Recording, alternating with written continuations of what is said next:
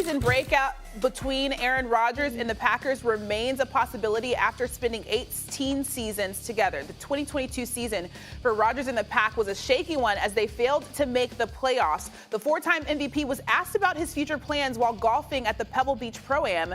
Take a listen to this. Hi, Aaron. Hi, Cole. Got any news you want to share with us? Not going to San Fran.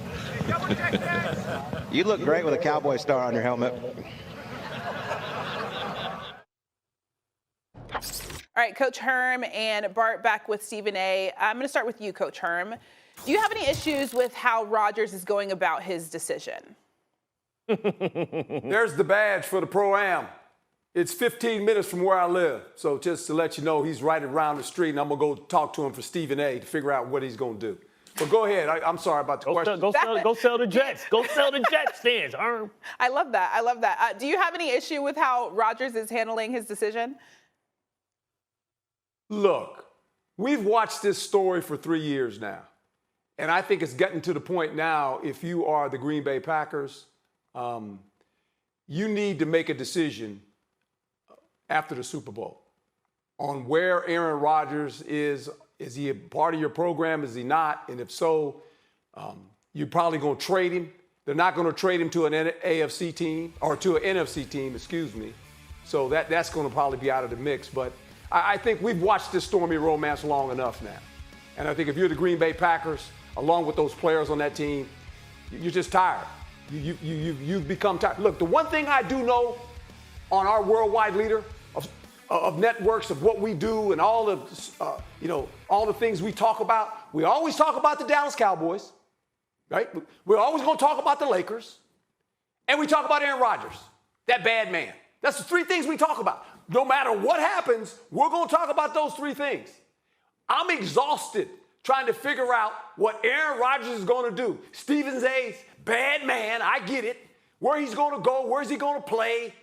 If you're the Green Bay Packers, take a hold of this and say, you know what? Here's the deal. There's no more options.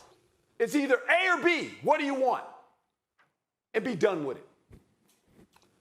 Well, let me say this, a couple of things. Number one, on a show like First Take, for example, yes, we talk about the Cowboys a lot. Yes, we talk about the Lakers. Yes, we talk about Aaron Rodgers, but we talk about a whole host of other things. We've got 15 different segments per show. So let's keep that in mind. That's number one. Number two, I'm going to shock you with something I'm about to say, Coach. I'm going to shock you. Okay. I'm just as tired of this Aaron Rodgers story as you are. I really am. Let me tell y'all something right now. And I'm going to say this because we all know how much I love me some Aaron Rodgers. I think as a talent, he's one of the greatest quarterbacks. He's not the greatest quarterback I've ever seen as a talent.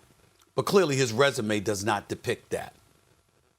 And what bothers me, what has gotten to the point where it bothers me, I'm not a friend of his. I don't know him like that. He's been very kind to me when we've met in the past. I love the guy.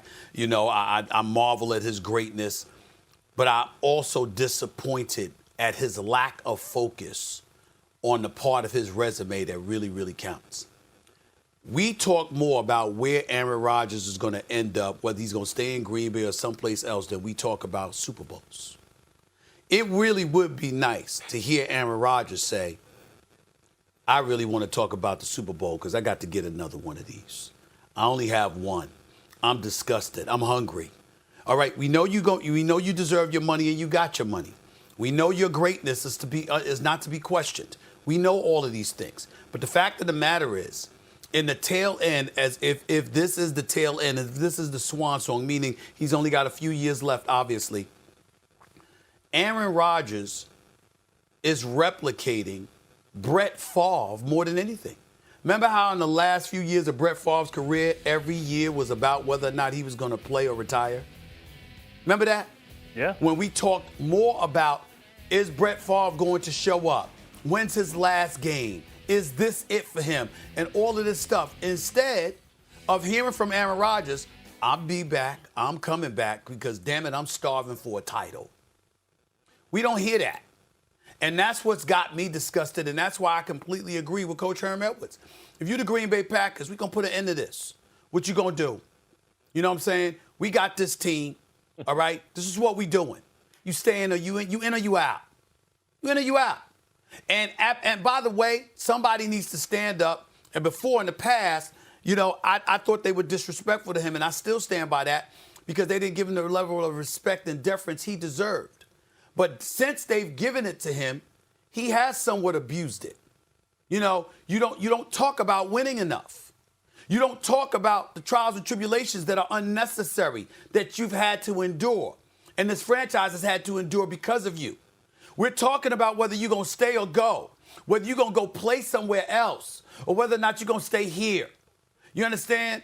It's a problem because it doesn't seem like again, yeah, you tried to win, but the reality of the situation is you didn't make the playoffs. The reality of the situation is you didn't make the playoffs because the last game of the season with a game at Lambeau Field, you lost to the Detroit Lions. The fact of the matter is the year before that, you didn't win a playoff game because you lost on your home field, Lambeau Field, to the San Francisco 49ers and Jimmy Garoppolo. The fact of the matter is you ain't won a title since 2010. The fact of the matter is you haven't been in the championship game since 2010. But you want us to talk about you like you Tom Brady. Nah, bro. We need to talk about you and say, you're great. There's an expectation that comes with that greatness. And all of these other storylines are distractions from the biggest storyline of all. And that is, as phenomenally great as you are, you have not been the last one standing with that Lombardi trophy hosted in the last 13 years.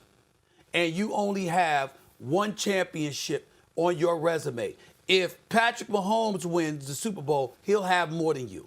If Jalen Hurts wins the Super Bowl, he'll have as many championships as you. And he just got into this damn league. You've been here since 2005. It's approaching 20 years in the National Football League. You got one chip, despite how great you are. That is what the subject should be about Aaron Rodgers. And it's almost like all of these storylines are to distract us from that reality. So I agree with you, Coach. I mean, listen, we always talk about it in football circles that production breeds tolerance, right? And now the production started to slip. I don't believe he threw for over 300 yards one game this year. So now maybe Green Bay is forced to look at the reality that the window. Bart. Right. So he hasn't had a 300-yard game since last year, middle through the last season. He's going 21 or 22 consecutive games without throwing for 300 yards. Right. So now that the production is slipping, then maybe now you can have a real conversation with yourself about, is it time to move on?